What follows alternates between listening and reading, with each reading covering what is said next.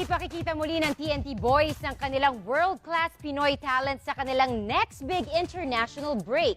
Tampok sila sa The World's Best, ang bagong global talent competition sa Amerika. Nagpapatrol si Mario Dumawal. Kasunod ng paghawat sa kanila ng Breaking Boundaries Award ng music channel na Wish 107.5, excited na ibinalita ng TNT Boys ang partisipasyon nila sa The World's Best, ang worldwide talent competition kung saan host si James Corden. Daan-daang libo na ang nakapanood ng teasers nila sa social media. Super po! Halos manginig po lahat ng katawan namin. Sobrang saya po dahil po isa po kami sa pride ng mga tao po dito sa Pilipinas. Masaya rin po kami binabahagi po namin yung country po namin sa iba't ibang bansa.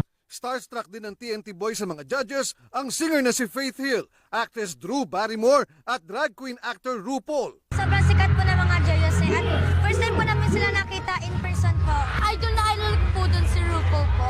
Unang nahasa sa It's Showtime tawag ng tanghalan at gandang revise na recognize na ang husay ng TNT sa international show na Little Big Shots sa Amerika at iba pang franchise ito sa Australia at Europe.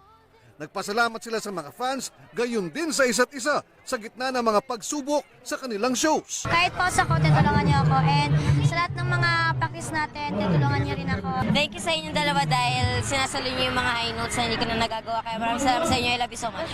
Thank you very much guys kasi kahit ako yung may mali, iniintindi niyo pa rin ako. Hindi rin nakakalimutan ng TNT Boys ang kahalagahan ng edukasyon na kanilang ipagpapatuloy. Grade 8. Grade 7 po. Grade 5 po. Aabangan ang highlights ng TNT Boys sa The World's Best. Nasisimula na ang airing sa TV sa Amerika kasunod ng Super Bowl sa February 3. Mario Dumawal, ABS-CBN News.